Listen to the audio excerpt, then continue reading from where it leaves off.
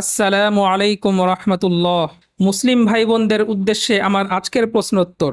প্রথম প্রশ্ন, আচ্ছা আপনি কি জানেন যে আল্লাহ তাআলা ফেরাউন ও তার বাহিনীকে ঠিক কোন সাগরে ডুবিয়ে মেরেছিলেন?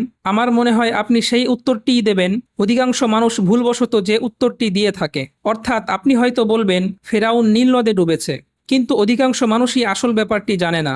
দ্বিতীয় প্রশ্ন, আপনি কি বলতে পারেন যে ফেরাউন নামে আমরা যে কুখ্যাত মানুষটিকে জানি তার আসল নাম কোনটি? শতকরা 90% মানুষই ফেরাউনের আসল নাম জানে না। তৃতীয় প্রশ্ন, ফেরাউন এত বড় কাফের ও আল্লাহর দুশমন হওয়া সত্ত্বেও সমুদ্রে ডুবে যাওয়ার সময় কেন ফেরাউন আল্লাহর প্রতি ঈমান আনতে চেয়েছিল আপনি কি জানেন? দর্শক বন্ধুরা, প্রশ্নের উত্তরগুলো যদি আপনার আগে থেকেই জানা থাকে তাহলে উত্তরগুলো কমেন্ট বক্সে লিখে যেতে পারেন, আর যদি জানা না থাকে তাহলে এখন জেনে নিন। প্রথম প্রশ্নের উত্তর, ফেরাউনকে আল্লাহ তাআলা মূলত নীল নদে নয় বরং লোহিত সাগরে ডুবিয়ে মেরেছিলেন। বিভিন্ন ঐতিহাসিক গ্রন্থ এমনকি কোরআন দ্বারা এটাই সুসাব্যস্ত। দ্বিতীয় প্রশ্নের উত্তর, ফেরাউনের আসল নাম ছিল রমসেস, আর ফেরাউন শব্দটি ছিল তার উপাধি, কারণ সে সময় মিশরের সকল রাজাকেই ফেরাউন বলে ডাকা হতো। কিন্তু পরবর্তীতে এই কুখ্যাত ফেরাউন নিজের কর্মকাণ্ডের কারণে আসল নামের পরিবর্তে সারা বিশ্বে এই উপাধি নাম দ্বারাই পরিচিত হয়ে ওঠে।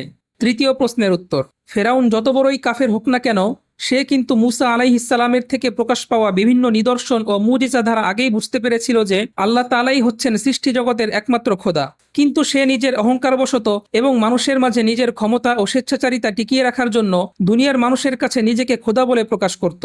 কিন্তু যখন সে লোহিত সাগরে ডুবে যেতে লাগলো, তখন সে বুঝতে পারল যে এখন আর মৃত্যু থেকে রেহাই নেই। তখন সে আল্লাহ তাআলার প্রতি ঈমান এনে মুমিন অবস্থায় মারা যেতে চাচ্ছিল, যাতে মৃত্যুর পর জাহান্নামের আযাব থেকে বাঁচা যায়। কিন্তু আল্লাহ তাআলা তাকে সেই সুযোগটি দেননি। হযরত জিবরিল আলাইহিসসালামকে আদেশ করলেন, ফলে জিবরিল আলাইহিসসালাম ফেরাউনের মুখে মাটি ভরে দিলেন। ফলে সে আর ঈমান নিয়ে মরতে পারল না, বেঈমান হয়ে এবং চির জাহান্নামী হয়ে মারা গেল। আল্লাহ তাআলা আমাদের সবাইকে জাহান্নাম থেকে রক্ষা করেন, আমিন।